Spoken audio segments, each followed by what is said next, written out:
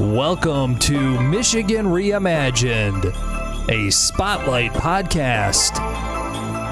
And here's your host, Chris Buck. So the pandemic has put pretty much everything on its heels. One hot topic being reported on is the future of commercial real estate, most notably the fate of retail storefronts and restaurants. Here to share some wisdom on that matter are the retail advisors for Martin Commercial Properties, Carson Patten and Samantha Lee. Welcome, Carson and Samantha. Hello. Thank you so much for having us. Yeah, thank you, Chris. So let's start off. Martin's having a milestone year, if I'm not mistaken. They're not the new kids on the block. Tell me about that. Absolutely. We are celebrating our 60th anniversary this year. The company was founded in 1962 by the owner's father, William G. Martin, and it is ran by Van Martin right now, and we're on our third generation with his son and his son-in-law in our office. Fantastic. Well, neither of you look a day over maybe 30, so to be 60 years in is impressive. But today, we're talking about brokerage, right? So, what kind of lines of service does Martin offer, just to kind of paint the picture?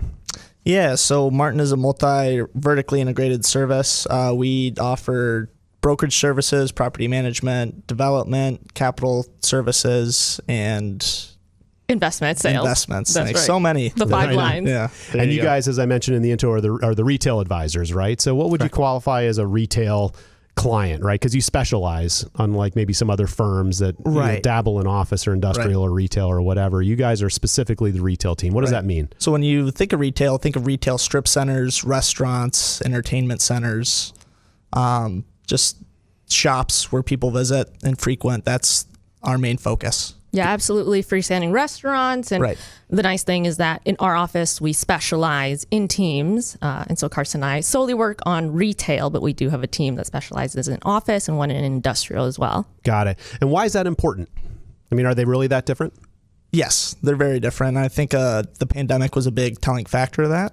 When you look at how the pandemic impacted each service type, industrial really took off from that because a lot of people needed warehouse space, and shipping and online orders and e-commerce really affected how people shopped. And then as far as people in the office, when the shutdowns occurred, people weren't really working in the office as much, and that impacted vacancy in the market. And then as far as retail, when stores were closed, people couldn't really shop. So they were all really impacted in different ways. And when you look at lease types, the setup is different for each subsector as well. And what's great about us specializing in our teams is we can really focus in being experts in not only our industry, but in our category as well. Right.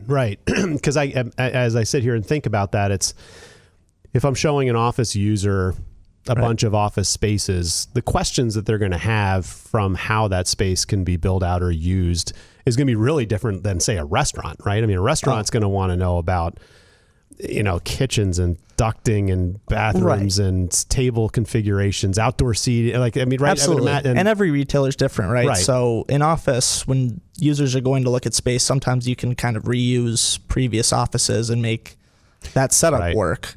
You can have a bakery go into a suite one day, and then the next day it'll be a shoe store, and then the next day it'll be a Subway. So really what they're looking for is different when they're looking at space. And there are so many nuances and variables in commercial real estate in itself. And I think that's why it's for us to focus on different scenarios, different retailers going in is really important. Right. Yeah. And I think about kind of a residential transaction, right? You've got the name, the brand on the sign in the ground in front of the house, right? So that person's trying to sell the house for that owner. But then all the people that are coming by are also coming with a realtor, right? That has taken them to 12 different houses that maybe meet their criteria. So do you guys work with like the homeowner, the landlord that has the space to lease, or do you work with the Subway or the flower shop or the whatever, the bakery, and help them try to find a spot? We do both. So we have a lot of landlord rep assignments where we're representing the landlord and trying to fill their spaces or sell their spaces. But then there are cases where we're helping tenants try and secure space, and we do exclusive tenant rep for a few exciting groups that are coming to the market. Fantastic. All right. That's good. Fantastic. Absolutely. So the pandemic hits, right? Everything's shut down. Office workers can, kind of work from home and provide services for clients within reason. But, restaurant or a shopping center or the bakery or all that stuff, you don't really do that from home, right? So it must have been chaos. I mean, I'm assuming you've both been, doing this long enough to watch this all unfold, the before, the during, and hopefully, knock on wood, what we'll call late pandemic or maybe post-pandemic as we record this in November of 2022. Right. I mean, it must have been chaos. I mean, how in your communication with these people that are established and now forced to be closed, were you close enough? I mean, granted, if they're already running, then you probably aren't engaged with them on a regular basis. But what anecdotal stories or circumstances were these people facing, and how did they muddle through those that are reopened again? Because a lot of places I thought were going to shut that didn't.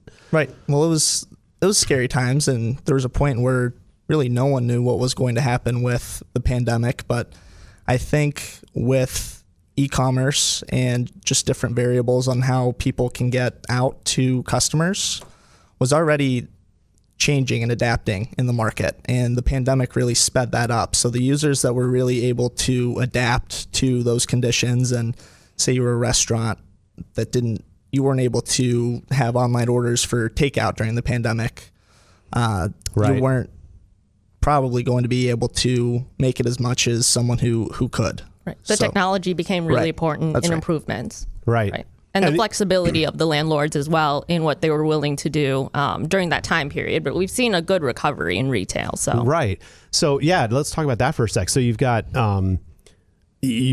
clearly the tenant, who's like, okay, well, I have a rent check that I have to do every month, and I have no income because we're forced to be closed. So I would imagine a lot of conversations were made, phone calls from the tenant to the landlord saying, hey, here's where I'm at. Right. How are we going to kind of work this out? And then I got to believe that the landlords are all very different, right? There must be some people that were pretty, I don't know what to tell you, I still need my money, or others that are like, I'm cool, let's get through this together. Let's get creative and waive these months of rent and, tack on, I don't know, months at the end or pay me over time, or we'll just wash it out. I mean, and then there's like this PPP stuff. I mean, did you guys help with any of those communications or hear about those? Our property management team did a great job in keeping that conversation going with landlords and tenants. I think a lot of people don't understand that not every landlord is institutional. So there are a lot of landlords that are small owners, just like the businesses are. So it was a lot of working with each other. We saw a lot of leases where maybe rent was put on hold and then the term continued at the back end of the lease. Okay. But a lot of landlords and tenants were able to work together to make it happen. And even though there was a point where they had to shut down, activity's been pretty good. And I think we've seen people want to get back into the retail stores and sit down restaurants and just have that in-person experience. No question. Yep. And they did the outdoor seating. And I mean, there were a lot of hybrid type of, measures, how many people, and close every other booth and those kinds of things where it's like, we feel good about it, but I don't want to be right on top of someone else kind of a thing. So that's great. So yeah, I mean, pre-pandemic, you had the whole Amazon effect, like what's happening with the shopping malls, and is everything really going into e-commerce? And that was a conversation in its own right. Pandemic hits and now things are coming back. There is a scenario that you could paint that just says, this is it. It's the death blow. Only certain types of businesses are still going to have a brick and mortar storefront. Everything else is going to go the way of kind of Amazon, not to bang on their brand, as good or bad. It's a convenience. It can't be argued, but there's a surprising amount of action out there, right? Absolutely. I mean, so tell us a little bit about what you're seeing now, right, as we come out of the pandemic. Right. So, I mean, even before the pandemic, the news stories always said media was dead, or I apologize, retail is dead, brick and mortar is dead, and that was even pre-pandemic. And what we're seeing is that brick and mortar and retail, they're not going anywhere anytime soon. We see that in a lot of e-commerce businesses investing in brick and mortar stores and creating really this omni-channel shopping experience. Right. And it's interesting. I was just at ICSC in Chicago, which is retailers convention, a couple weeks ago. And Placer AI, which is a big software service that helps retailers out, they came out with a study, and they had found that e-commerce is, a big factor in a lot of retailers' sales, but the in-person shopping still outweighs e-commerce for a lot of those stores right now. Okay. So it's still going to play a part, but I think people still like that in-person experience. And as far as activity goes, there are a lot of local, regional, and national users still looking around in the market. There are multiple groups opening in Michigan.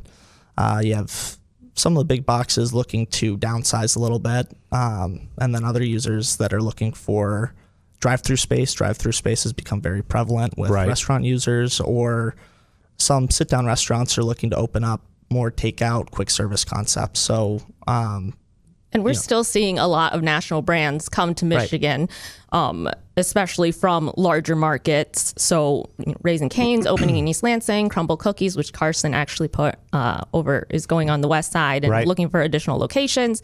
These brands exist in other markets, so there's still a lot of brands looking specifically to come to the Mid-Michigan market. No question. Okay.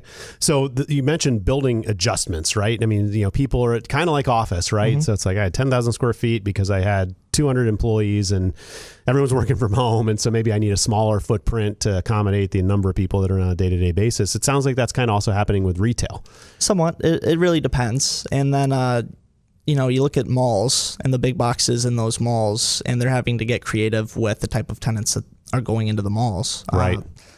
Because it has such a big footprint. You have High Caliber in the Meridian Mall. Zap Zone's going into the Lansing Mall eventually. That. Yep. So the malls are trying to find unique ways to recover. But then you have the traditional power centers, like the Delta Crossings development with all those big boxes there. And that didn't really scare away any of those nationals that have decided to come to that area. Right.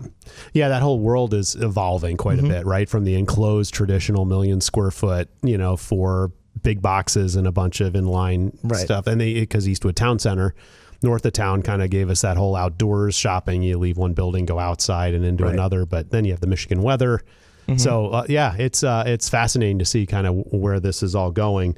So you talk about restaurants, you talk about some of the big boxes, but what about the space, right? I mean, is there an amazing amount of vacancy out there to be able to show the perspective, like you mentioned Crumble Cookies and you mentioned Raising Cane's and these kinds of people that are maybe looking for a place to go?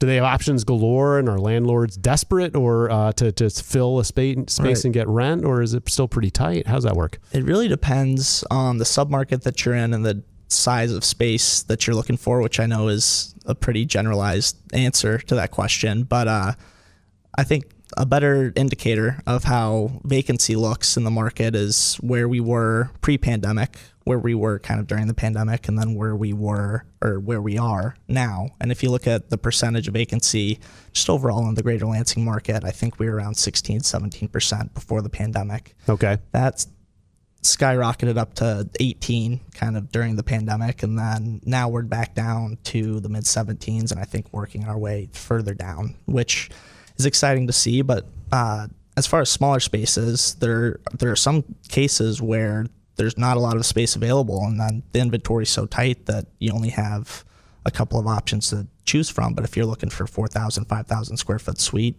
or square foot suites in a couple of markets, then you would have more options than Yeah, and it seems like that whole intersection of 127 and Michigan Ave. I've had the Red Cedar folks on the podcast a couple of times, and then downtown East Lansing has kind of caught fire. I mean, pre-pandemic, right? They did a lot of high-rise stuff with retail on the first floor. Plus, they just have a stalwart of institutional brands on that whole first floor of the Grand River Ave and stuff. But so there are some pretty new suites, first generation type, I think you call it, suites that are available now. Right. Are they moving? Are you showing them quite a bit, or is there action on those? Absolutely. And it's like I said, local groups, regional groups, and national groups that have shown interest in these spaces. We're listing the Red Cedar development, which is the newest development going across from the Frandor area, and that's really taking off. A lot of those tenants are finally opening now that we've had leases signed, and we're continuing to see a lot of interest from other users in the market. And